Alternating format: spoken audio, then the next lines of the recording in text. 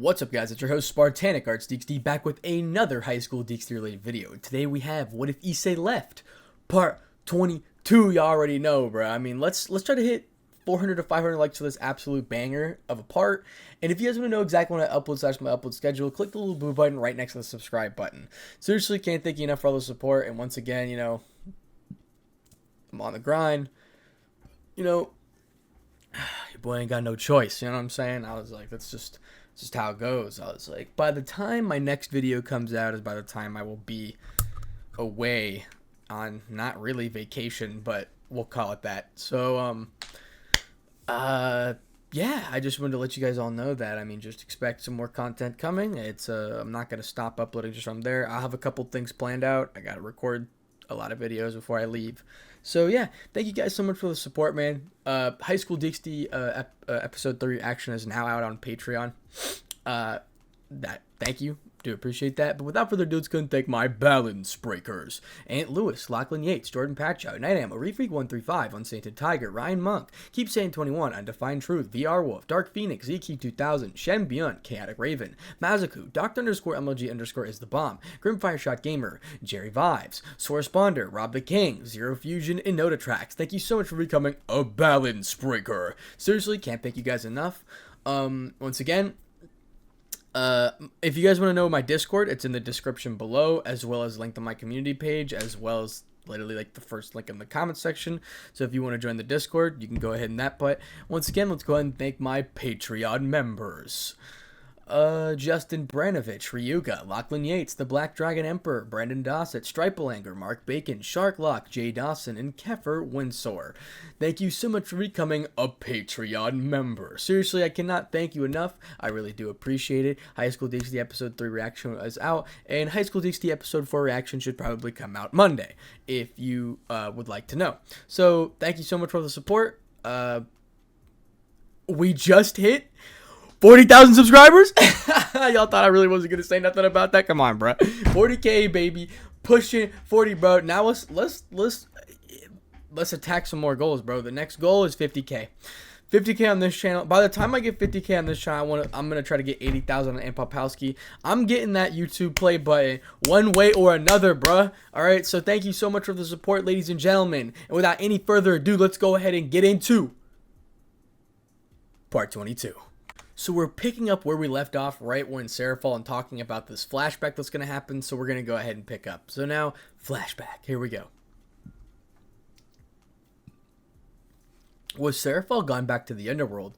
Merlin was stuck with Lilith, meaning she could not go to learn more in the Library of God. She was quite frustrated, but she did not show it. She actually liked Lilith, and she was confused. She was a confused child. It made her laugh when she watched Lilith to try to mimic Kano. When Kano pouted about something that Yakuza or Blake said that she couldn't do, now she was watching the children draw. She rubbed Lilith's head, which Lilith liked, as she would lean into Merlin's touch.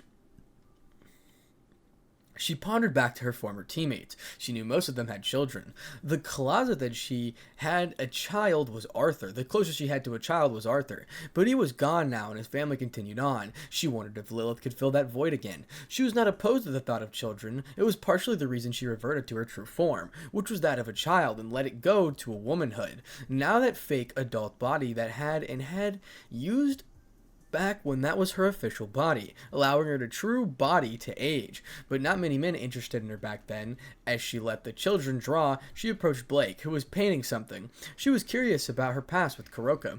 So tell me, now that the children are busy, what's your deal? Merlin said. What do you mean? Blake replied. Your deal with the one called Kuroka. Was it? No one gets that upset over what she did, unless you're close to her. I assume you don't like that she still has access to the East Yokai faction, Merlin says. You're right about that. Typical of the Magari to choose her favorite student, Blake said. Favorite? Merlin replied. Blake looked at Merlin, studying the woman for a moment before she let out a sigh. Kuroka and I grew up together. She was a wild one, but she was better at using Senjutsu than I was, Blake said. Senjutsu, Merlin replied. It's a rare technique.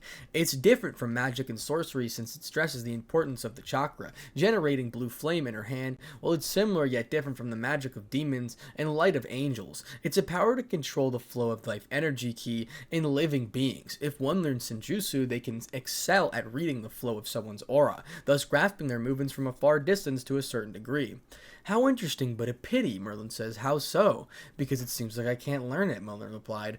Oh, Blake replied. So you were envious of her, Merlin said. Somewhat. Like I said, would get us into trouble, or rather get me into trouble, Blake said. What do you mean, Merlin replied. Blake looked at Merlin before she looked at Koto and Lilith. Hey, Kono-chan, Merlin and I will step outside for a moment. Will you two be alright, Blake said.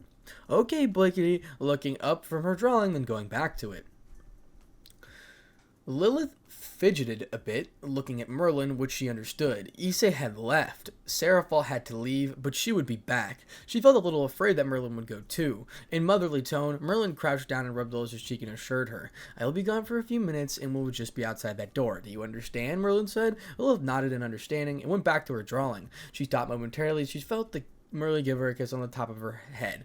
Lilith watched Merlin leave in surprise. She didn't know why she felt drawn to that woman, but she liked that she was caring for her. Merlin followed Blake outside into the side room. So what is it? Merlin said. Blake merely began to strip her top off, which confused Merlin. Not that she didn't mind the show. Personally, she knew that she was going to do something similar to mess with Seraphal. When Blake was topless, she merely turned around and Merlin's eyes widened a little, seeing the scars on Blake's back. When we were young, Kuroka always had a knack for mischief and went out of her way to get me in trouble. Usually she made sure her pranks led back to me. Whenever I tried to prove my innocence, Magari would take Kuroka's side, usually berating me about how I needed to work on my senjutsu instead of playing around. She would usually tell me how my mother would be disappointed in me. Of course, her favorite student got off scotch-free, while I took the whippings, Blake said. So what did you do about it? Merlin replied. I trained, but not for Magari's approval, but for myself. I'm better at senjutsu than her sister, and I can apply it to my weapons and fists, Blake said. I see, Merlin said. Then I heard what she did to him, Blake replied. Yeah, I thought she was finally get what was coming to her, since I heard Yakuza-sama discussing the Narani-sama about banishing them, but no, Magari made excuses, claiming that they were in heat. I was able to watch the memories. She did not look in heat. She knew what she was doing. Then I heard Magari claim that how she allow them to stay here, convincing Narari-sama to agree. Yakuza-sama disagreed, and I requested to leave the East Yokai faction. What did she say to that? Merlin said. She believed that she was doing good by her mother, but yet she couldn't do good by my own, Blake said. What happened to yours? Merlin said. And killed by rogue yokais, called themselves the White Fang. It's said that they changed, looking down in sorrow. Blake said. What do you mean? My parents were once leaders of the White Fang, but it wasn't meant to be a terrorist group, just more about equality, since there is a discrimination. But when they didn't get what they wanted, some turned to a more violent approach and others followed. My parents couldn't stand it, so they left after things went out of control. Sometimes I wonder if Kuroka was jealous of me because of my parents. How so? Merlin said. Well, I had loving parents, both a mother and father, but Kuroka's mother, she loved their father, but he didn't love her. He did love her body, though, and I hear it's the same thing that the Harakaku is doing, the same thing, only caring about bodies. Who told you that? Merlin said. That monkey of theirs, Byoko. Oh, you are close to him, Merlin said. Somewhat. He would come by to train with me since Kuroka was busy with Maragai. Blake said. You got a crush on him? No, Blake replied. Merlin studied her face and could see that Blake wasn't blushing or looking away embarrassingly. Really? No. Why would I be attracted to someone that already has a girlfriend? Blake said. Oh, Merlin replied. So what's the deal with you? What do you mean? You and Seraphal. I thought she was with Issei. Oh, no reason, just messing with her, Merlin said. I thought you were also his lover, or her lover, with how you look at her. Merlin had to laugh at that. Not either of their lovers, but he probably knows how to treat a woman, so I wouldn't mind, shrugging her shoulders, Merlin said. If I may ask, how did you get your scars? Blake said. Oh, this? They were given to me by a man who loved me, Merlin said. He loved you, but abused you? Oh no, he never abused me at all. I knew he had loved me, but I didn't love him. In his dying breath, I gave him a kiss and held the scars in memory of him, Merlin said. How did the kiss give you scars? He was on fire, Merlin replied. Couldn't you have put them out? The fire was a part of his power. It's called sunshine. It originally belonged to a celestial, or I guess what you would call an angel, Miel. However, due to the manipulation of one of my former teammates, they made Miel become a demon. Thus he lost his blessing. It was done in the means to balance the war.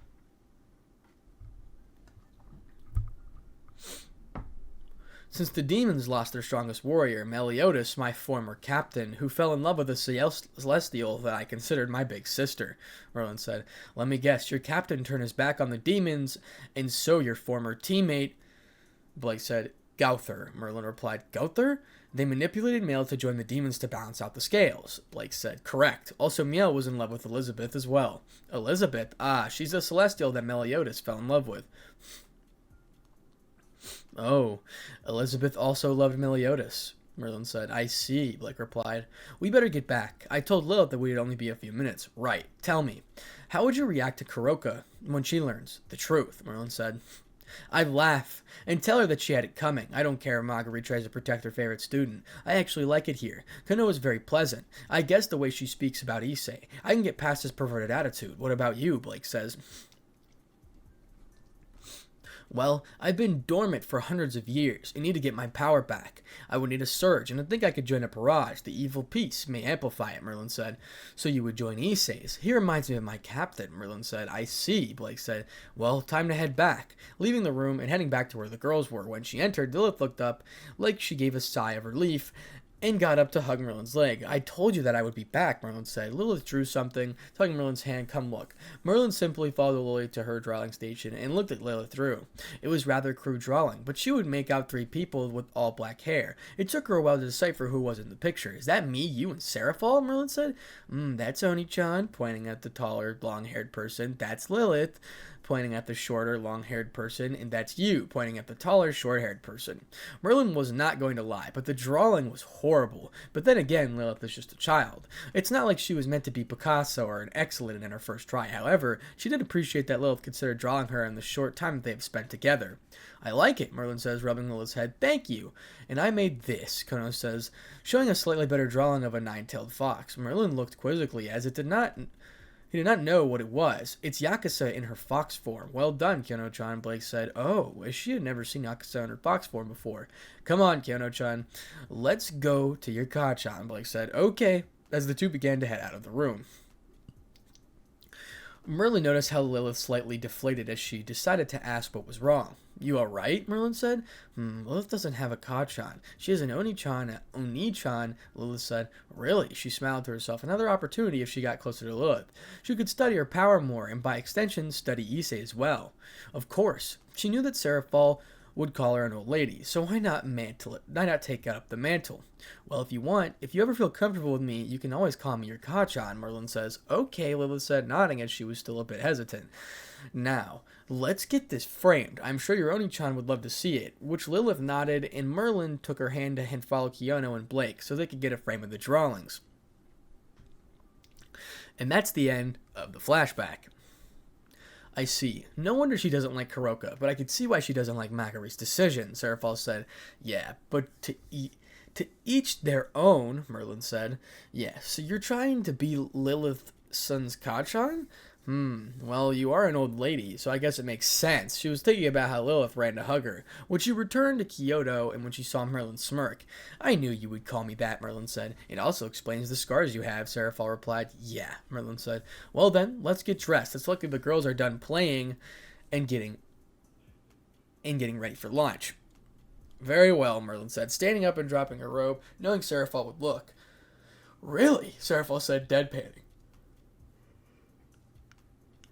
I figured you would enjoy the view, smirking at Seraphol's flustered face. Ugh, Seraphol said, heading to the side of the room to change. Heading to the other side of the room to change. Now, we're currently in the Ko Mall,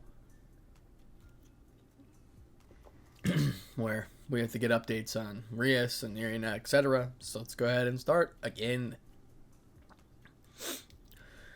It was the second day of finals week. School had just ended. Irina decided to head to the mall. She was proven right. Lightning did get along with Torato, and they did seem to agree on many things. She could see that Lightning She could see Lightning cringe a bit at some of Hirato's comment. However, Hirato did shake her head at Seraphal's beating of Irina as it was expected. She was also proud that Irina took the beatings well, understanding the consequences of her actions. Lightning also mentioned teaching Irina some hand-to-hand combat, which Hirato laughed. Maybe Irina wouldn't get her kicked as much as she did. Now Irina was heading to the mall.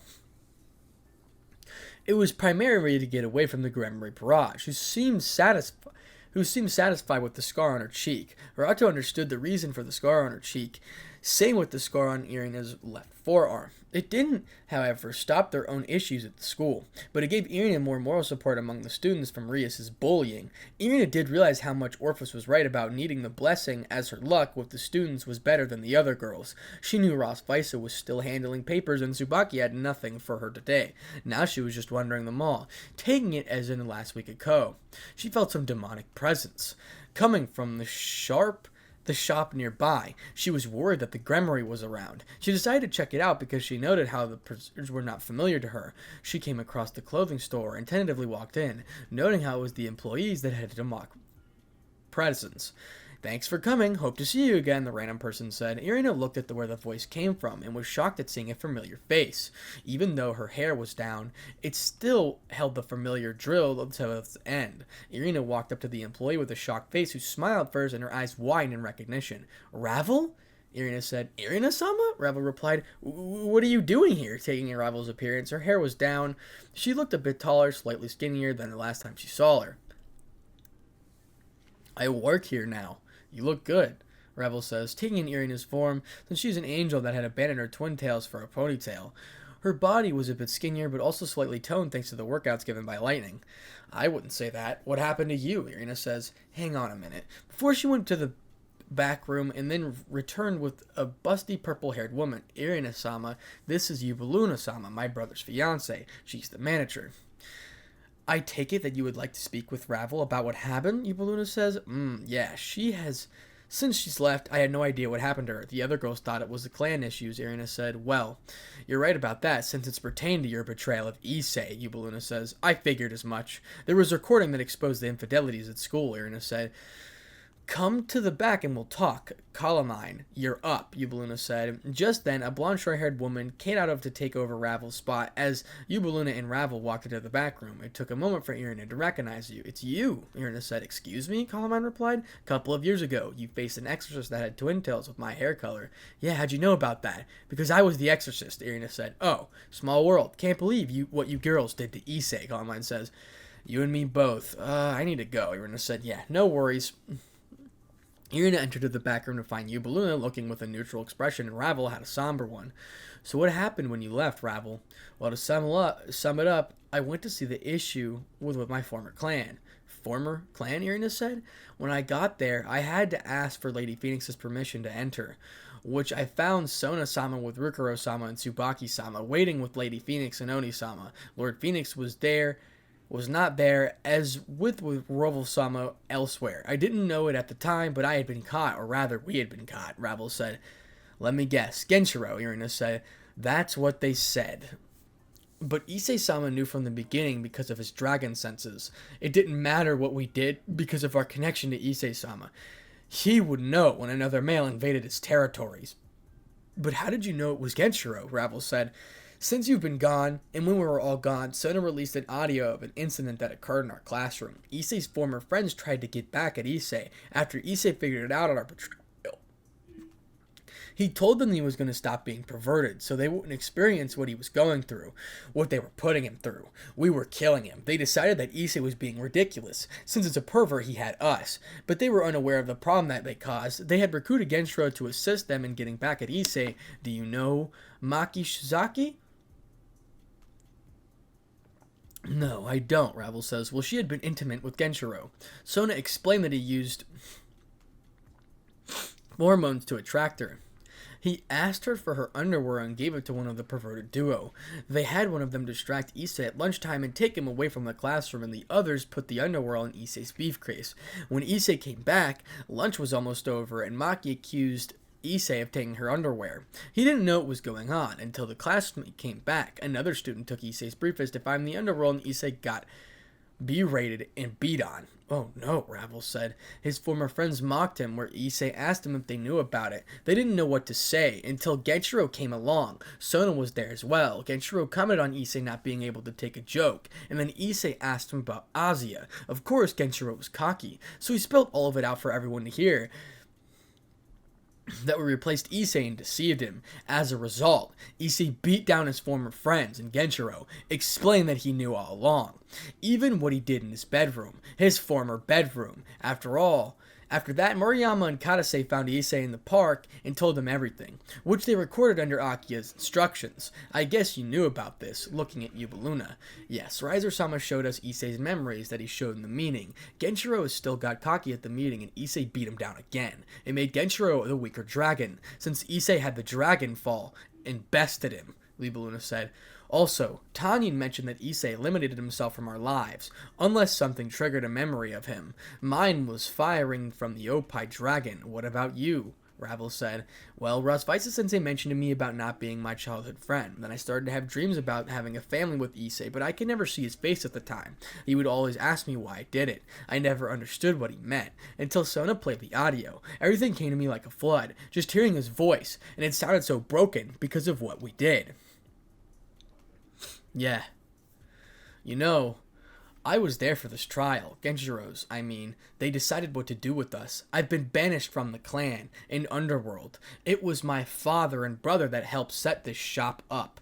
Although they were disappointed in me, this would help me gain some income for my education. In addition, Issei gave us his money from the Oppai Dragon show. His last act of kindness. We won't get any credit nor reward regarding the war. I used a portion of mine to pay back Lord Phoenix and Odi-san for this place.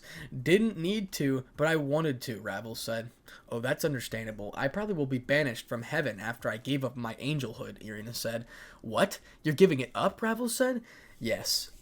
After what I've done, I don't deserve these wings, and I wouldn't want to be a fallen angel, so best to go back to being a human, shrugging her shoulders in defeat. Wow, Yuba Luna said. I'm sorry, Ravel replied. Don't be. I put this on myself. I had the chance to stop this if I didn't want to go through with what Zovia had said. If I went and seeked a second opinion from someone else, I could have prevented what's come for Gabriel-sama. After all, it was me that led her down the path of corruption. Irina said. I should have been smarter. I got swayed into it by catching Azia having with Genshiro. I let my pride get the best of me, thinking I could be a better lover than Konako, and didn't help that I was influenced by Genshiro's word and dragon hormones. Did you know he already had 2 girlfriends but seemed he didn't care about them, Ravel said. Hey Ravel, how are you getting your schoolwork done? Irina says. Well, Rukuro brings me the schoolwork on behalf of Lady Phoenix, and I get proctored by Sona for my finals, Ravel said. I see. Well, I will be leaving here after school is done. I'm going back to my parents. Where are you staying? In an apartment with the rest of the Yoni-chan's Parage. I was traded back to him from Lady Phoenix's Parage. What about you? Ravel said. I'm with Issei's grandmother. Actually, she was like a grandmother to me, and she's aware of the supernatural. Issei told her. She's helping me get out of my head out of my... She puts it. Sometimes Rosvisa-sensei comes to visit, Irina said. You know she was drugged by Azazel because Azazel wanted Gabriel. But Issei had her heart, so he went after Rosvisa-sensei. Since he didn't confess to Issei, she was capable of remembering since there was no concrete relationship, Ravel said. It makes sense, but she was also interested in Issei, so I guess he used underhanded tactics, Irina said. Palman was also aware of it. According to one of the Katsuris, she had already been hooking up with Azazel, despite her confessing to Issei. Guess when he went into a coma, she gave up on him, Ravel said. That's terrible. Also, Vali lied. What do you mean? Irina said. In the meeting, they also showed Issei's fight with the Trihexa, and Vali was there, fighting as well. Vali wasn't the stronger dragon as he claimed. The reason why Issei went into a coma was because he intercepted an attack that was aimed for Vali. Vali would have died. Had it not been for Issei's durability kept him alive. Think about it. If the attack could kill Vali but not Issei, kind of shows which one of them would win, Ravel said. So he lied to make it look like Issei was weak and that he was stronger? No wonder Kuroko went back to him. Since she looks for the strongest, probably also used dragon hormones to seduce Orpheus. She seemed possibly regretful when I talked to her. She gave me the blessing of luck. So I've had it a little easier than the other girls in school, Irina said. That's good. Guess the others are getting ridiculed, Ravel said. Yeah, and they think I started the rumors about them because I was the one that was still here. When it all went down, I've basically been excommunicated, but I have no interest in going back to them. Anyways, they still don't remember Issei, Irina says. Why? They have a rating game against Sour Org. That'll jog their memory, Ravel said. I heard Sona mention it to Ross Sensei after she took me to the infirmary, Irina said. What happened? Ravel replied. After I heard everything from the recording that Sona released, I went back to Issei's desk to cry. To Ross Sensei told me that I go back to my desk, I collapsed and hit my head. Is that how you got the scar on your cheek? Ravel said. No, this is from Sarah Falsama. She had some aggression out, and what better to do it? Then one of the girls that betrayed your fiance. Fiance, Ravel said. Sarah Falsama is Issei-sama's new fiance. Wow, her mouth gaped in shock. Well, he certainly upgraded from us, Ravel said. Yeah, but it's for the better. I apologize to Tsubaki. She slapped me. She kind of is in charge of me until I leave for England. She didn't have anything for me to do today, Irina said. Seems you're working out a bit. Ravel said, oh yeah, this is Valkyrie named Lightning. Gives me some workouts so I don't get beaten as much, and I actually learn to defend myself, Irina says. That's good. You're going to need it. In the meeting, they discussed the possibility of Rizavim being alive, but there's another Lucifer out there, and he's preparing something against the factions. Another Lucifer, Irina replied. Yeah, he's supposedly Vali's father. Well, with us being banished, it's not going to be our problem, though Ko may still be a target. There's a lot of supernatural figures here, Irina said. True. Well, Sona will still be here. It's her territory. I don't see Rias having control anymore. They may plan to apply anti-magic seals to them, as they'll just be like humans too, Ravel said. I see. So that's why you have an aura similar to a human. Yeah, Ravel said. Oh, I see. Hey, Ravel? How will you be taking your finals? Sona will be proctoring me after school, so I don't have any run-ins with the others, Ravel said. Got it. Well, it's nice to see you again, Ravel. Thanks for stopping by. I hope it works out for Ross Sensei. Me too, Irina replied. I hope it works out for you, Gabriel, too, and here. Slipping off into a green blazer, he handed to Irina. If I don't see you again, Ravel said, handing her a grease bracelet. Thank you. Taking the bracelet and then pulling Ravel in for a hug. Then the two sniffled each other's shoulders. I was going to give you the same thing. Slipping her own blue bracelet, handing it to Ravel to remember me by. Thanks, Ravel said. It matches your eyes, Ravel-chan, Eubeluna says. Really? I didn't know well. Take care of yourself, Irina said. You too, Ravel. It's why she has us around to keep her in check, Eubeluna says, getting a small laugh out of the two. We really are fucked up, huh, Ravel said. We did. We really did fuck up. Yeah, we did. We can only admit our mistakes and move forward accepting the consequences, Irina said. You're right. Goodbye, Irina.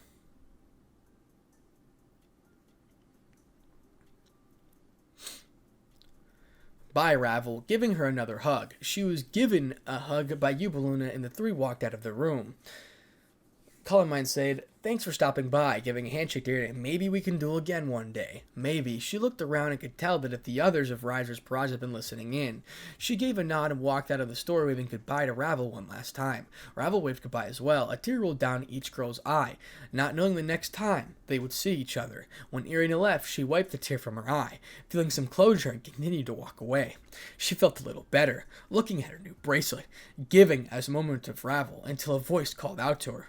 Hey, Irina! Looking over, she saw sitting at a table was Akiya, Kadase, and Moriyama, and they were waving her to come over. She inwardly groaned, and she already knew that Akiya had told Moriyama and Kadase after Akiya spoke with her on the roof. She didn't understand why they wanted to talk with her now. They kind of kept their distance, since they didn't know how long she was in her thoughts. They only reacted when she felt someone grab her and the hands towards them. The person who grabbed her was Moriyama, who felt Irina might off it one if them didn't do it something.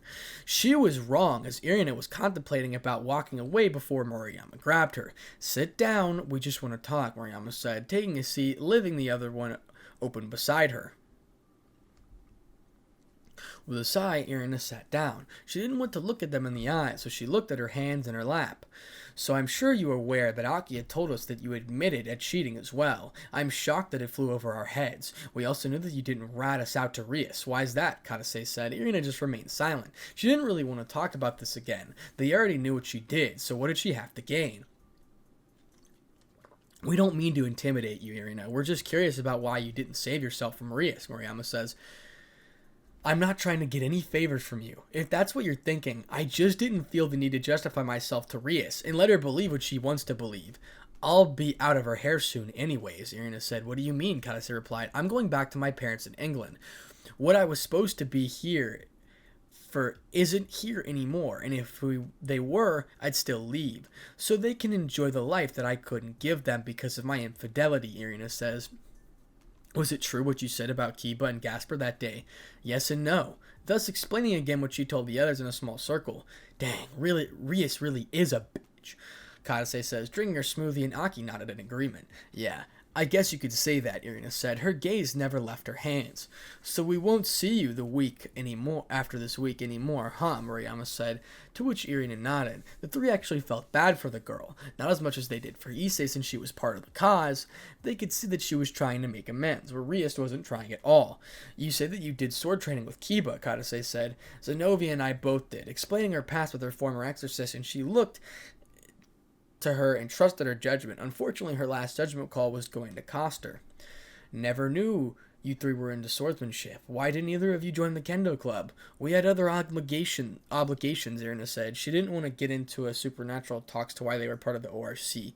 Well, come by and show us what you got, Kadase says. Huh? She's saying come by the kendo club and show us what you can do. I don't think that would be a good idea. She believed it was a ploy for them to beat her down, like they'd done their former perverted trio. If you want, you can bring someone with you. Irina pondered about that, wondering who could go with her. Her immediate thought that would have been her caretaker at the moment, Harato, but decided against it. She thought about Rosvaisa, who moved out of Kiba's apartment and into her own with Tokasa. Upon thinking of Rosvaisa, she thought about Lightning. She was neutral and Rias had no power over her. I'll think about it. May I go? Yeah, you can go, Irina. Nice right hook, giving a smile at Irina Garabakia said. Thanks. With a small smile as she left the table and proceeded to head towards the exit of the mall. At least she's trying, Kadase said. Yeah, as she stared off absentmindedly at Irina's retreating figure. We better get home and finish studying. Only a few days left and we're done with the school year, Akia said, getting up from her seat. Think she'll show up? Kadase says. As she got up from her seat, I hope so, Moriyama said, so we can give her a better memory of this place when she's been through these past couple of weeks. Moriyama said, yeah, guess you're right about that, as the kendo duo caught up to Akia, who was waiting for them. And now we're with Issei and Invigold, and that is where we're going to stop for now, because this is the last chapter that I am reading, and I'm going to save the other 33 minutes of the chapter for the next video, because if I continue on at this point, it would just leave you on a worse cliffhanger than I already just did, so I'm going to save you from the pain of that one. But, so, now that this series is pretty much ending, I wanted to thank everybody. Well, it's not really ending. It's more I just have to wait until another chapter comes out, and then another 2 videos of the said chapter comes out. And yes, if anybody was wondering, this will be in movie format, so you can one-shot it if you want. But obviously, there's playlist of all my series, so you can show that up as well. Once again, thank you to all my Patreon members. I really do appreciate it. You know, currently, once again, I am still fighting the war in my own head, so that is why I'm uploading so much.